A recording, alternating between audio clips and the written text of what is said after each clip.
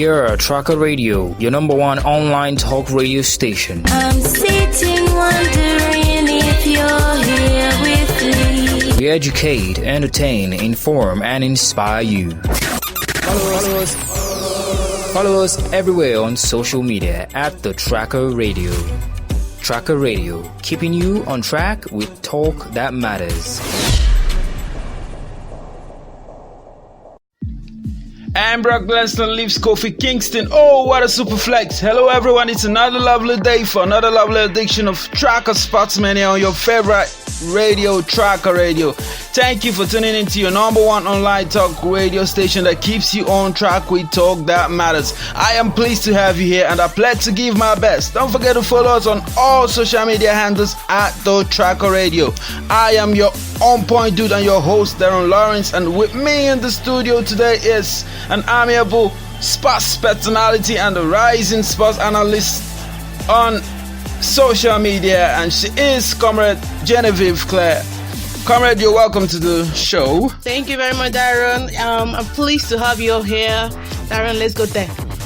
Alright, we have 4 topics to discuss today.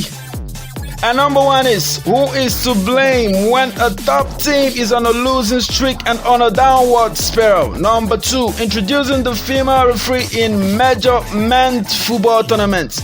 Number 3, the World Best Awards. We are going to talk about Messi. Is he the rightful winner of the World Best Footballer of the Year? And number 4, stars make a comeback in tennis next year.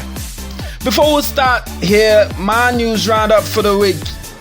Bray Wyatt attacked Braun Strowman on WWE SmackDown Live. Callum Hudson-Odoi makes his Premier League return after a long injury as Chelsea win Brighton 2-0. Tyson Fury needed 20 stitches to stitch his left eye after getting cut open in his win against Otto Wallin.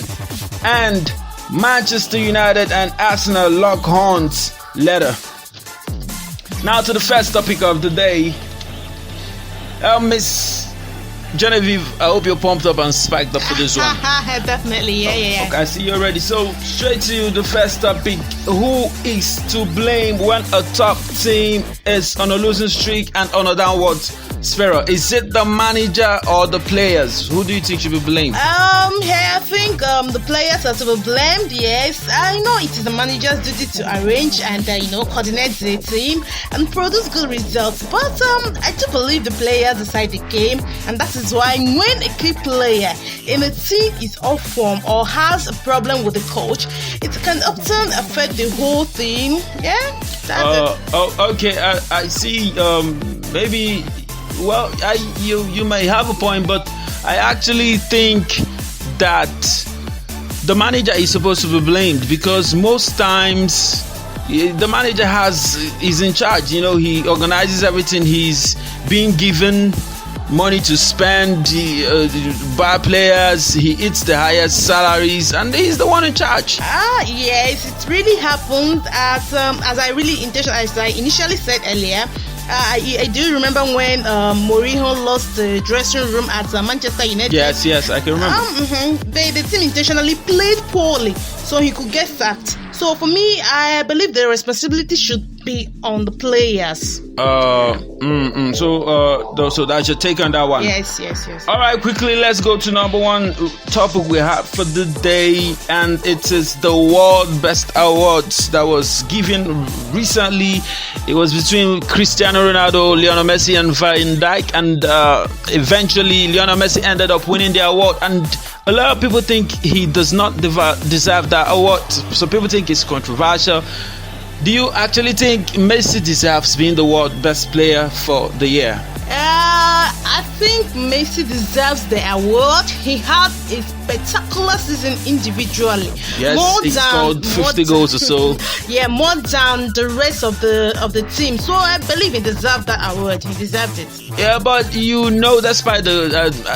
despite that you think he deserved it for the goals, when it comes to titles, Cristiano Ronaldo went home with 2 titles. Van Dijk went home with 2 titles.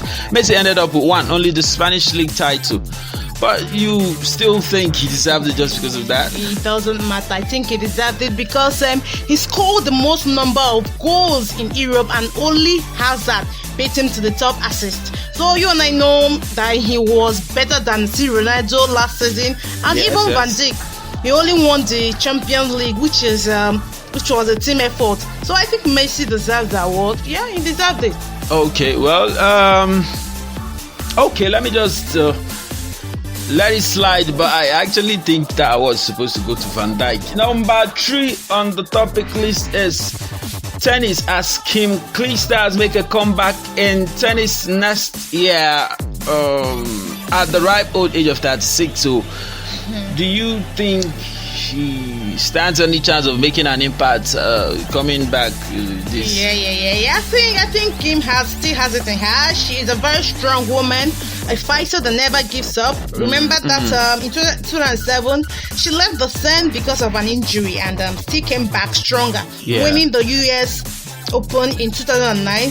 So I still think she has all it takes to come back stronger and better this time around. Okay, so you think Kim stands a chance against the likes of Serena Williams, Venus Williams, Maria Sharapova, and all those people that are still desperate to lay their hands on the title? You think she stands a chance of getting the title next year? Well, yes, I think she can still win a major title next year. Though she's no longer young at 36, but she still got that class, that talent, and you know, a winner is always a winner. So I think she will definitely get a title this time around. Okay, let's hope she does like you say and she gets her hands on the title, because age is no longer on her side.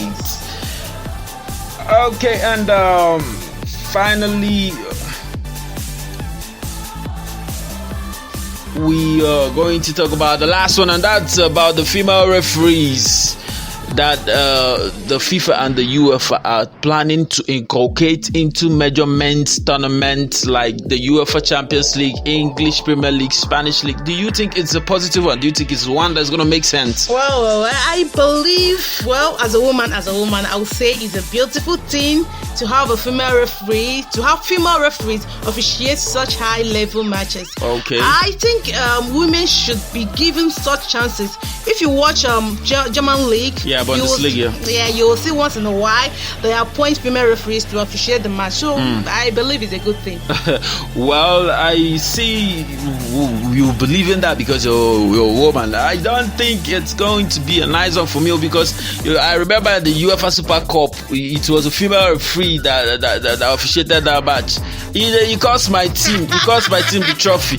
A penalty that was not supposed to be given. The last kick of the penalty shootout, the Liverpool keeper Adrian moved out of the penalty line before Tammy Abraham kicked his own, and eventually he saved it, and it was saved by default according to FIFA standards. But at the end, it was given as a goal. So I don't think it's a positive one, because you women make a whole lot of mistakes. Well, you've got me there, but I'm a Chelsea fan too. Okay. No one is above mistakes, and it's a new thing. So gradually, women referees will improve, and be given more. They'll become more accurate and more concrete with their officiating. So I'm fully in support of the plan. It's a good one. Okay, so let's see how it goes. Maybe the next match, the next major tournament will be a decider that will make us understand and make us believe what you're saying, if it's true or not. So let's move straight down to English Premier League predictions for the week ahead. The first one we have here on our list is Brighton versus Tottenham, and I'm giving this one in favor of Tottenham 2-1 away. So what your take on this one? I think Brighton will win the game. Brighton will win? Yeah. Okay. The second one is Burnley versus Everton, and on here I have it 2-1 in favor of Burnley. Yeah, it's a draw match. It's a draw match. Yeah. Alright, the third one is Liverpool versus Leicester, and I'm giving it 3-0 in favor of Liverpool. What's your take on it? I agree with you. Alright, the next one is Norwich versus Aston Villa, and I see it as a 2-2 draw. What's your take on this one? Go with you on that. The next one is Watford versus Sheffield United. I gave it 2-1 in favor of Sheffield away. What do you think? No, I'm in favor of Watford. Okay, Watford, like 1-0? Yeah. Okay, the next one is West Ham versus Crystal Palace, and I gave it 2-1 in favor of West Ham. What's your take?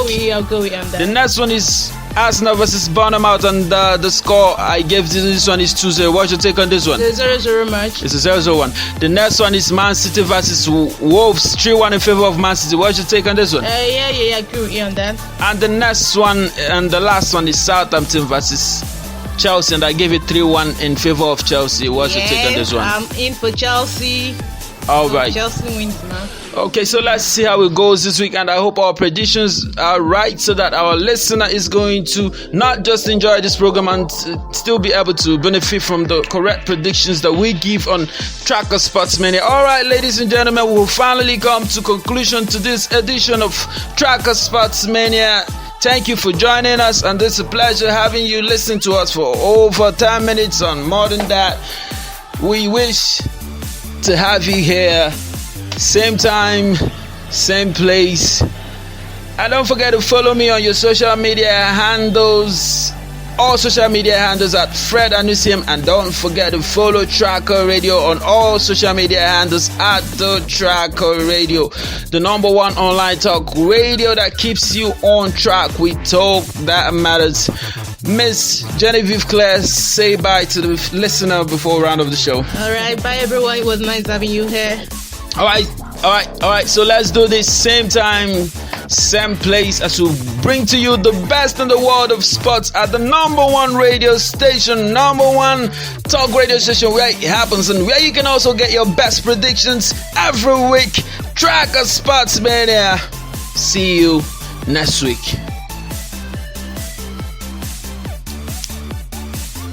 Tracker Radio, keeping you on track with talk that matters.